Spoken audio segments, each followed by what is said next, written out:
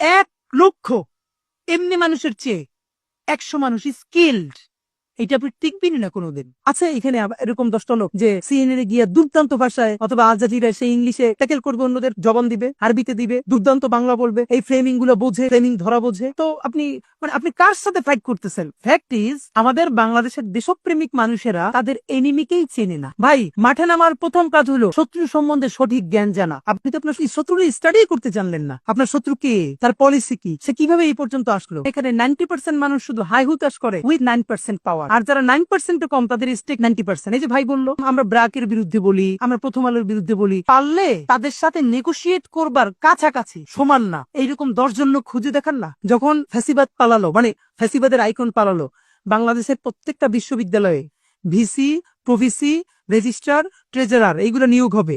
তাতে কমপক্ষে 250 বেশি স্কিল লোক দরকার ছিল।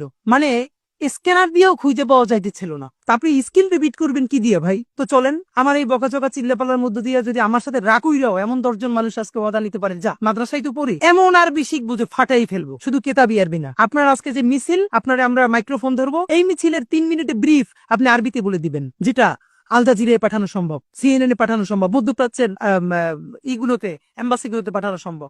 বাংলাটাই করেন না, দুর্দান্ত ইংলিশ। মানে আমাদের কিছু ভাই টুকটাক ছবি তুলে আমাদের প্রোগ্রামে, ভাই জীবন দিয়ে দেবো, লাগলে কিছু বলবেন, আপনাদের থ্রেট করছে। আমি কিছু একটা কাম করো, জীবন দেওয়ার কাম নাই, তুমি তো মোটামুটি ছবি তুলতে আগ্রহী, তুমি একটা ফটোগ্রাফি কোর্সে ভর্তি করে দেই না। ভাই এটা পারো মানে জীবন দিতে পারবে, ফটোগ্রাফি শিখতে পারবে না। আমাদের দরকার ভিডিওগ্রাফার। ওই তোমার একটা কাজ করি, আমি 5,000 টাকা দিয়ে ভর্তি করি, আমাদের তো লোক নাই, দেখো না, তুমি একটা কোর্স করো। তখন 10টা এক্সকিউজ। সে জীবন দিতে চায় কিন্তু সে ভিডিওগ্রাফি শিখবে না।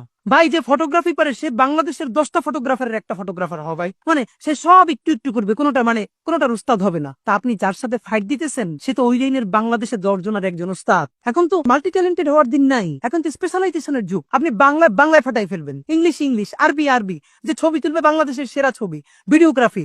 এইরকম 20টা লোক আমার দেন, আপনার 1 বছর দেখেন আমরা কোথায় নিয়ে যাই ইনশাল্লাহ। কিন্তু লোক নাই।